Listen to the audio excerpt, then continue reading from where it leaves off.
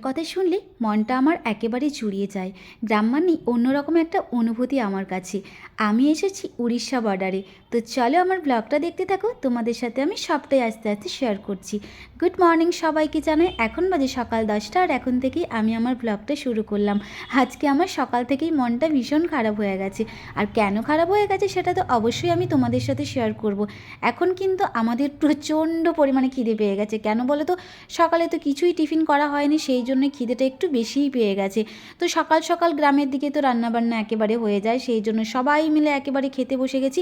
অনেকের খাওয়া দাওয়া হয়ে গেছে আর আমাদের এখনও খাওয়া দাওয়া হয়নি। তো এখন আমরা সবাই একে একে খেয়ে নেব। মামাম সোনাও খেয়ে নিয়েছে, বাকিরা অনেকেই খেয়ে নিয়েছে। আমি বৌদির জন্য অপেক্ষা করছিলাম। ঠিক যখনই আমি ভয়েস দেবো তখনই মাম্মাম সোনা আমাকে ডিস্টার্ব করবেই করবে। যাই হোক, ওকে আমি মোটামুটি একটু বুঝিয়ে নিলাম। তো যেটা তোমাদেরকে বলার, আমি কিন্তু অনেক দূরে এসেছি, তো সবটাই অবশ্যই আমি তোমাদের সাথে শেয়ার করব। গতকাল আমরা সন্ধ্যের দিক করে এসেছি, মানে সন্ধ্যে বলবো না, সরি বিকেলবেলার দিক করে এসেছি। আর সকাল থেকে এত ভ্লগ শ্যুট করেছি, কালকেও অনেক ভ্লগ শ্যুট করেছিলাম, কিন্তু সমস্ত কিছু আমার ভন্ডুল হয়ে গেছে। তো চলো সবটাই তোমাদের সাথে শেয়ার করব। দুপুরে খাওয়া দাওয়া করে আপাতত এখন একটু ফ্রি হয়ে গেছি। তো এমনিতেই আমি তো সবসময় ফ্রি আছি, যেহেতু আমি এসেছি কুটুম বাড়িতে, তো সেই জন্য তো একেবারে ফ্রি আছি। যাই হোক, আর এই দেখো এখানে আমার হচ্ছে যে মাসি ঘুমোচ্ছে আর ওখানে মা আছে। মায়ের তো শরীর প্রচণ্ড খারাপ, তো মা ওখানে শুয়ে আছে, দেখতেই পাচ্ছ। এই শরীর খারাপের মধ্যেই মাকে আমি নিয়ে চলে এসেছি। তো সবটাই আমি তোমাদের সাথে অবশ্যই শেয়ার করব। তার আগে চলো একটু তোমাদের সাথে শেয়ার করি কিভাবে ঘর রং করছে আমার বৌদি আর হচ্ছে যে আমার দিদি, দুজনে মিলে ঘরটাকে রং করে নিচ্ছে ভালোভাবে। ভেতরটা কিছুটা হয়েছে আর বাইরেটা করছে, এই দেখতে পাচ্ছ। কিছুদিন পরেই হচ্ছে যে এখানে ফুটবল খেলা হবে, তো সেই জন্যই সবাই একেবারে জোর কদমে কাজ শুরু করে দিয়েছে। প্রত্যেকটা বাড়ি কিন্তু সুন্দরভাবে রং করা হচ্ছে, সুন্দরভাবে সাজানো হচ্ছে। যে যেভাবে মানে পারছে সে সেভাবেই করছে, বেশ ভালোও লাগছে দেখতে। তো আমরা এসেছি, যেটা বলার, আমরা কিন্তু এসেছি মাসি বাড়িতে। এখানে আমি প্রথমবার এলাম, কোনোদিনও আমি আসিনি, মানে এত বড় হয়ে গেলাম। তো এই প্রথমবার আমার মাসি বাড়িতে এলাম। এখানে এসে সত্যি খুবই ভালো লাগছে। আর গ্রাম তো আমি সত্যি খুবই ভালোবাসি, আর খুবই ভালো লাগছে আমার এই গ্রামে এসে। যেহেতু বৌদি আছে, দাদা আছে, দাদার মেয়ে ছেলে আছে, বেশ ভালোই লাগছে। মাসি আছে, ছোট্ট সংসার একদম, বেশ ভালোই লাগছে। তো চলো আমার ব্লগটা দেখতে থাকো, আশা করবো তোমাদের খুবই ভালো লাগবে। সকাল থেকে তো সেরকম মানে সকাল থেকে ব্লগ করেছিলাম, এত সমস্যা হয়ে গেছে কি বলবো, একটু তোমাদের সাথে শেয়ার করি। আমার মানে এত মন খারাপ হয়ে গেছে আজকে। আমরা এসেছি গতকাল কিছু ব্লগ করেছি, আজকেও সকাল থেকে অনেক ব্লগ করেছি, কিন্তু কি বলবো, আমি দুপুরবেলা টাইমটা একটু শুয়েছিলাম। শোয়ার পর তারপরে হচ্ছে যে ভিডিওগুলো এডিট করতে করতে কিছু জিনিস ডিলিট করছিলাম, ডিলিট করতে করতে সমস্ত ভিডিও আমার ডিলিট হয়ে গেছে। এত মনটা খারাপ হয়ে গেল কি বলবো, আমার না কিছুই ভালো লাগছিল না। ফোনটা একেবারে মাথার কাছে রেখে আমি ঘুমিয়ে গেছি। মা বলছে কি রে, ওঠ, খাবি ওঠ, স্নান করবি ওঠ, কিছুই ভালো লাগছিল না। এই একটু আগে উঠে ফ্রেশ হয়ে খাওয়া দাওয়া করে এখন আপাতত একটু ফ্রি। কি আর করব, ডিলিট যখন হয়ে গেছে রিকভারি করার চেষ্টা করলাম, কিছুতেই হলো না। তো আর বেশি মন খারাপ করেও কোনো লাভ নেই। ভীষণই মন খারাপ করছিল, কারণ অনেক ভিডিও আমার ছিল যেগুলো আমি তোমাদের সাথে শেয়ার করব বলেই আমি হচ্ছে যে ভেবে রেখেছিলাম। আর এই অনেক সমস্যার জন্যই আমি ভিডিওগুলো মানে কি বলবো সময় পাইনি এডিট করার, তো সেই জন্য আর ভিডিওগুলো তোমাদের সাথে শেয়ারও করতে পারিনি। তো যাই হোক, আর কী করা যাবে, মনটা তবুও মাঝে মাঝে মনটা খারাপ হয়ে যাচ্ছে। খারাপ হলেও তো আর কিছু করার নেই, আবার নতুন করে ভিডিও শুরু করছি। চলো ব্লগটা দেখতে থাকো, আশা করবো তোমাদের ভালো লাগবে। বিশেষ করে মায়ের জন্য একটু মনটা বেশি খারাপ, আমার মায়ের খুবই শরীর খারাপ, সেই জন্য। কি হয়েছে সোনা মা, কেন বলো? শসা খাবে মাম্মাম সোনা, আবার শসা খাবে। এই দেখো দুজনে মিলে রং করছে কত সুন্দর। চলো চলো, শসা কোথায় আছে? আমি তো জানি না কোথায় আছে। চলো চলো তুমি, আচ্ছা ছাড়ো তো, দেখো কেমন প্যান্টটাকে ধরেছে। নাও নাও নাও, আচ্ছা একটা নাও নাও, হয়েছে তো খুশি? লাতার দিচ্ছে রং পে মা, বেঙ্গার রং, আচ্ছা বেগুনি কালার, ভায়োলেট কালার, তাই তো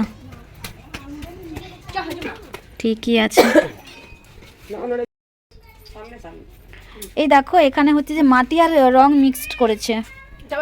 কালার, হ্যাঁ নোয়া তো শুধু কালার কে তো কানা, শুধু হাসাগে আর রং তো ভাঙা হাসাগে কই যে কাই চলো লো কা ও লোলো আরাকা না তো বেগুনি।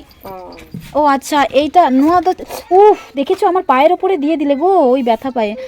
ওই নোয়া তো রং কেন আছে, নোয়া হাসাকে পিয়ে কদা এমনি কে মিয়ে কদা ওকা কোনে মাগবো কদা আর নোয়া কালারে মেশা কদা কি নোয়া কালার। ও আচ্ছা, এই দেখো এই মাটিটাই হচ্ছে যে এরকম কালার হয়েছে। আমি ভাবছিলাম হয়তো এটা রং, কিন্তু এটা লাল রং, তাই না বৌদি? ও বৌদি, নোয়া তো লাল রং। হ্যাঁ এটা রং, এটা রং, এটা প্যাকেটের রং। আর এটা হচ্ছে যে মাটি। কি বাজার থেকে এনেছো নাকি? আচ্ছা, এটা বাজার থেকে কিনে নিয়ে এসছে। হ্যাঁ ও আচ্ছা, ঢোডা খোঁজা। না না, এটা হচ্ছে যে কোথায় থেকে নিয়ে এসছে, ওই মাঠের ওই দিক থেকে নিয়ে এসছে এই মাটিটা। এটাই এরকম রং হয়েছে, এই দেখো বেশ ভালো। কিন্তু এঁটেল মাটি, রঙের মাটি দেখেছো? মানে এইগুলো দেখার পর কিন্তু আমারও সেই পুরনো দিনের কথাগুলো ভীষণই মনে পড়ে যাচ্ছে। কেন কি আমার বাড়িটাও ঠিক এই রকম সুন্দর করেই সাজাতাম। শুধু আমার নয়, সরি আমার বলাটা ভুল, আমাদের বাড়িটা আমি যখন শ্বশুর বাড়িতে ছিলাম তখন আমরা এইভাবেই রং করতাম, কত সুন্দর দেওয়ালগুলোই ছবি আঁকতাম। তোমাদেরকে অবশ্যই দেখিয়েছি আমাদের বাড়িটা, সুন্দর সুন্দর ফুল আঁকতাম, কত কিছুই আঁকতাম, বেশ ভালোও লাগতো। চলো ভেতরটা একটু তোমাদের সাথে শেয়ার করি, কেমন? দেখো এই ঘরটা রং করা হয়নি, এই ঘরটা কালকে রং করবে, রান্নাঘরটা রং করেছে। চলো দেখাচ্ছি তোমাদেরকে। এই দেখো রান্নাঘরটা আজকে করেছে, এগুলো সবটাই আজকে করেছে অবশ্যই। হ্যাঁ কাজের সময় তো সব কিছু এলোমেলোই হবে, তাই না?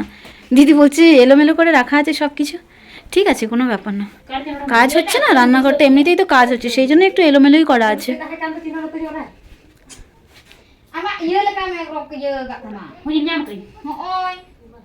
অন্ধকার। চলো বন্ধুরা তোমাদের সাথে একটা জিনিস শেয়ার করি। এই দেখো এটা হচ্ছে যে ধানি লঙ্কার গাছ।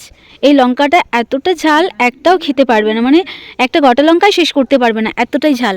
এখানে দেখো দুটো গাছ আছে, বৌদি লাগিয়েছিল, প্রচুর লঙ্কা হয়েছে, প্রচুর লঙ্কা হয়েছে। এই দেখো পুরো গাছ ভর্তি। আজকে খাবো ভাবলাম, কিন্তু আজকেও খাওয়া হলো না, যাই হোক কালকে খাবো। আর এই দেখো এখানে একটা পাকা লঙ্কা হয়েছে, মা বলেছে এই লঙ্কাটা বাড়ি নিয়ে যাবে, নিয়ে গিয়ে টবের মধ্যে লাগিয়ে দেবে। আমারও খুব ইচ্ছে জানো তো এরকম একটা ধানি লঙ্কার গাছ লাগাবো আর রোজ তুলে তুলে খাবো, বেশ ভালো কিন্তু। আর এখানে দেখো বৌদিদের হচ্ছে যে কত লাউ শাক হয়েছে, প্রচুর নাকি লাউ হয়েছিল। এই লাউ গাছটা দেখে আমার ঘরের লাউ গাছের কথা খুব মনে পড়ে গেল। আমার বর যখন ছিল আমাদের ঝাড়গ্রামের গাছ, মানে ঝাড়গ্রামের ঘরের গাছেও এরকম হচ্ছে যে প্রচুর লাউ হয়েছিল চালের মধ্যে, প্রচুর মানে প্রচুর হয়েছিল। যাই হোক বৌদিদেরও নাকি খুব হয়েছিল লাউ, খেতে অতটাও ওরা ভালোবাসে না, কিন্তু আমি মোটামুটি ভালোবাসি। ভালোভাবে রান্নাবান্না করলে ভালোই লাগে, লাউ ডাল কেন, আর ডাল লাউ দিয়ে একটু মাংস কেন, ভালোই লাগে খেতে। মায়ের চোখ মুখ কেমন শুকিয়ে গেছে একদম, মাকে দেখেও আমার কষ্ট লাগছে অবশ্যই। তো চলো একটু যাই দিদিদের বাড়ি। আর এখানে দেখো কুন্দ্রি গাছ, সকালবেলা অনেক ব্লগ করেছিলাম কিন্তু কোনোটাই তোমাদের সাথে শেয়ার করতে পারবো না, কেন কি সব ডিলিট হয়ে গেছে আমার। এই দেখো এই কুন্দ্রিগুলো কিন্তু আমার খুব প্রিয় একটা কুন্দ্রি, জানো তো এই কুন্দ্রিটা খেতে আমি ভীষণই ভালোবাসি। আমি যখন আমার দিদি বাড়িতে ছিলাম এই কুন্দ্রি গাছ হচ্ছে যে আমার দিদি বাড়িতে হয়েছিল, তো প্রচুর হয় এই কুন্দ্রি। আর কুন্দ্রি খেতেও কিন্তু হেভি সুস্বাদু, সেই সরু সরু কুন্দ্রির থেকে এই কুন্দ্রিগুলো খেতে বেশি ভালো লাগে আমার। যাই বলো দেখে কিন্তু হেভি লোভ লাগছে। ও আর এখানে দেখো কুয়োটা দেখে কিন্তু আমার সেই বাপের বাড়ির কথা মনে পড়ে গেল, সেই যে ওখানে থাকতাম, কুয়ো থেকে জল তোলা, সব কিছুই যেন মনে পড়ে যাচ্ছে, বেশ ভালোই লাগছে। চলো কতটা জল আছে আমি তোমাদেরকে দেখাই। এ দেখো অনেকটাই কাছে অবশ্যই জল আছে, মা বলছে পড়ে টড়ে যাবে ফোনটা, একদম নিয়ে যাস না ওখানে। ও মা গো আমিই পড়ে যাচ্ছি সত্যি, দেখো এইখানটায় লেগে আমি পড়ে যাচ্ছিলাম। যাই হোক চলো তোমাদের সাথে একটু শেয়ার করি। এখানে আবার খড়গাদা হচ্ছে, গ্রাম মানে অন্যরকম একটা অনুভূতি তাই না, বেশ ভালোই লাগে। তো ঘুরতে ঘুরতে এখন আমি চলে এসেছি কাকুদের বাড়িতে, মানে আমার হচ্ছে যে সেজো মাসির দেওরের বাড়িতে। এখানে এসে দেখছি বৌদি দিদি তারপরে হচ্ছে যে আর একজন আছে, সবাই মিলে হচ্ছে যে ঘরটাকে একটু রং করে দিচ্ছে। যেহেতু বৌদিদের বাড়িতে সবাই মিলে হেল্প করেছে, সবাই মিলে করেছে, সেই জন্য বৌদিও চলে এসেছে এদের বাড়িতে। তো চলো আমি হচ্ছে যে পুরো চারিদিকটা একটু তোমাদের সাথে শেয়ার করছি, ঘুরিয়ে ঘুরিয়ে দেখাচ্ছি, আর তার সাথে এই কটা দিন কী কী হয়েছে না হয়েছে সবটাই আমি তোমাদের সাথে শেয়ার করছি। বিশ্বাস করবে না বন্ধুরা, এই কটা দিন তো আমি ভিডিও ভালোভাবে দিতেই পারিনি। যখনই বলেছি দেব তখনই কিছু না কিছু সমস্যা আমার সামনে এসে দাঁড়িয়েছে। সেই জন্য আমি কোনো রকমভাবেই আমি হচ্ছে যে কাজ করতেই পারিনি। এত সমস্যার সম্মুখীন হতে হয়েছে আমাকে, আমি তোমাদেরকে বলে বোঝাতে পারবো না। মা এমনিতেই হচ্ছে যে 10-15 দিন, মানে 15 দিনের মতোই হচ্ছে যে বিছানার মধ্যে পড়েছিল। এত খারাপ লাগছিল, এত খারাপ লাগছিল, আমি বলে বোঝাতে পারবো না। সব সময় শুধু মায়ের পাশে থাকা, মাকে দেখা, সমস্ত কিছুটাই আমাকে করতে হয়েছে। কেন কি বাবা তো কাজে চলে যায়, আর হচ্ছে যে ভাইরাও কাজের মধ্যে বিজি থাকতো, ওরাই বা কী করবে বলো। আর এমনিতেও আমাদের একটু ফ্যামিলি প্রবলেম ছিল, ওইটা মিটতে নাই মিটতে মামাম সোনার আবার জ্বর হলো, আমার জ্বর হলো, সবারই মোটামুটি কম বেশি জ্বর লেগেই থাকলো। তারপরে আবার এই যে মায়ের যে শরীরটা খারাপ হলো, টানা 15 দিন শরীর খারাপ হলো। আস্তে আস্তে আস্তে শরীরটা এতটাই খারাপ হয়ে গেল, পুরো বিছানার মধ্যেই মা পড়ে গেল। সর্বক্ষণ শুধু মা বলতো আমি বোধহয় আর বাঁচবো না রে, আমি আর বাঁচবো না, আমার আর কিছু ভালো লাগছে না। আমি ওইসব কথা শুনে, মানে মায়ের ওইসব কথা শুনেই না আমার চোখ থেকে যেন জল পড়তো। এতটাই খারাপ লাগতো যে মায়ের যদি কিছু হয়ে যায় আমরা কি করব, আমাদের কি হবে, এই নিয়ে তো খুব চিন্তায় থাকতাম। মাকে আমি আমার বাড়িতেই রেখেছিলাম, অনেক দিন ভালোভাবে ট্রিটমেন্ট করাতাম, তারপরে হচ্ছে যে ডক্টরের কাছে নিয়ে যাওয়া, সমস্তটাই আমি করতাম। যতটুকু ভালোভাবে রাখার সবটাই আমি চেষ্টা করেছি, যতটা ভালোভাবে রাখার চেষ্টা সবটাই আমি করেছি মোটামুটি। তো যাই হোক, মায়ের খুব ইচ্ছে ছিল, বেশ কয়েকদিন ধরেই মা আমাকে বলছিল তুই একটু আমাকে মাসি বাড়ি ঘুরিয়ে আনবি। মানে প্রথমে বলতো আমি আর বোধহয় বাঁচবো না রে, আর ভালো লাগছে না, একটু আমাকে মাসি বাড়ি থেকে ঘুরিয়ে আনবি। এমনিতেই এত শরীর খারাপ, এত শরীর খারাপ, তার মধ্যেও মা ওই কথা বলছে। আমার তো এত খারাপ লাগছে কথাগুলো শুনে, আমি তোমাদেরকে বলে বোঝাতে পারবো না। তো কী আর করবো, যাই হোক মাসি বাড়িতে নিয়ে চলে এসেছি মাকে। তো মায়ের মনটাও দেখছি ভালোই লাগছে কাল থেকে, যেহেতু ওর দিদির সাথে কথাবার্তা সবটাই তো বেশ ভালোই লাগছে। দেখাই যাক কী হয়, 2 দিন থেকে চলে যাব আবার। তো দেখতেই পাচ্ছ চারিদিকে প্রচুর পরিমাণে জঙ্গল, জঙ্গলে ভর্তি। জঙ্গলের মাঝখানে ভেতরে ভেতরে হচ্ছে যে ঘর আছে। আর এই দেখো, এটাও হচ্ছে যে আমার দাদাদের ঘর, পুরো সাইডে জঙ্গলে ভর্তি হয়ে গেছে। এটা এখনও কমপ্লিট হয়নি, এমনিই করা আছে, এখনও কমপ্লিট হয়নি পুরোটা। দেখতেই পাচ্ছ কি জঙ্গল। দেখেছো মায়ের কাণ্ড, দেখেছো? একেতে মায়ের এত শরীর খারাপ, তার মধ্যে চলে এসেছে মাসিমণির জন্য হচ্ছে যে জ্বালন জোগাড় করতে। কি বলবো, মাকে বলছি মা তুমি নিয়ে যেও না, আমি নিয়ে চলে যাব। বলছে আরে পারবো, আমি ঠিক পারবো। এখানে আসার পর দেখছি সবার সাথে গল্প করছে, তারপরে আমার মাসির সাথে সব সময় গল্প করছে, বেশ ভালোই লাগছে। দেখছি মজাতেই আছে মা, গতকাল থেকে একটু মজার মধ্যেই আছে। কেন কি সেখানে সবসময় ঘরের মধ্যে ঘরবন্দি হয়ে থাকতো, হয়তো মাথার মধ্যে অনেক চিন্তা ঘুরঘুর করতো, তার মধ্যে এত শরীর খারাপ, এই সব নিয়ে আরও বেশি শরীর খারাপ হয়ে যাচ্ছিল মায়ের। আবার বিশেষ করে আমাদের জন্য মা ভীষণ টেনশন করে, জানো তো। শুধু বলছে মাম্মাম সোনাটি একটু বড় হয়ে যাক, তারপরে আমার কিছু হোক অন্তত, এখন যেন কিছু না হয়। মানে শুধু ভুলভাল বকতো, শুধু ভুলভাল। তো যাই হোক চলো, ঘুরু ঘুরু করে একেবারে বাড়িতে চলে এসেছি। এসেই তো একেবারে ভাত রান্না করতে বসিয়ে দিয়েছি আমি। বৌদি তো অনেকটাই বিজি আছে কাজের মধ্যে, তো ভাবলাম না আমি একটু হেল্প করে দিই বৌদিকে, তাহলে বৌদিরও কিছুটা হেল্প হবে, তাই না? আর এখানে দেখো সবাই একটু চিরুনি টিরুনি করছে, কেন কি এখন একটু বিকেল টাইম। আর এখানে দেখো বৌদি হচ্ছে যে কুয়ো থেকে জল নিয়ে আসছে। এদিকে দেখছি একটাও পুকুর নেই, আমি তো একটা পুকুরও দেখতে পেলাম না। মাকে জিজ্ঞেস করলাম, মা বলছে আরে এদিকে একটাও পুকুর নেই, সব কুয়ো, জানিস তো। একটা সাবমার্সিবলও দেখতে পেলাম না, শুধু কুয়োই ভর্তি। যাই হোক, কুয়োর জলই সবাই খায়, আর হচ্ছে যে রান্নাবান্নাও করে ওই জলের মধ্যেই। আর এখানে আমাদের সোনামাকে দেখতে পাচ্ছ প্রচণ্ড পরিমাণে রেগে গেছে, এত রেগে গেছে কি বলবো। হচ্ছে যে দাদা মানে ওর কাছ থেকে কেন ফোনটা কেড়ে নিল, সেই জন্যই ও রেগে একেবারে একাকার হয়ে গেছে, কান্নাকাটি শুরু করে দিয়েছে। এমনিতে আবার ডাই করে মাথায় একটু দিয়ে দিয়েছি, ওটার জন্য আবার কান্না শুরু করে দিয়েছে। তো যাই হোক চলো, বৌদির এখনও কিন্তু কাজ শেষ হয়নি। কেন বলো তো এত পরিষ্কার পরিচ্ছন্ন করা হচ্ছে, কেন কি এই কটা দিনের মধ্যেই, মানে আর কটা দিন বাকি আছে, বৌদিদের এখানে জমজমাট ফুটবল খেলা হয়। এত লোক হয়, এত লোক হয়, আমি বলে বোঝাতে পারবো না। যদিও বা আমি কখনো দেখিনি, তবুও আমি বলছি প্রচণ্ড পরিমাণে লোক হয়। মানে সবার মুখে শোনা কথা, সবাই বলছে যে থাক থাক, আর তো কটা দিন বাকি আছে। আমি বলছি না, থাকবো না, এসেছি কয়েকদিন থেকে চলে যাব, কিন্তু আমরা থাকবো না, মানে ফুটবল খেলাটা দেখে যাব না, কী বা দেখবো। কিন্তু মেলা টেলা বেশ ভালোই হয়, জমজমাট হয়।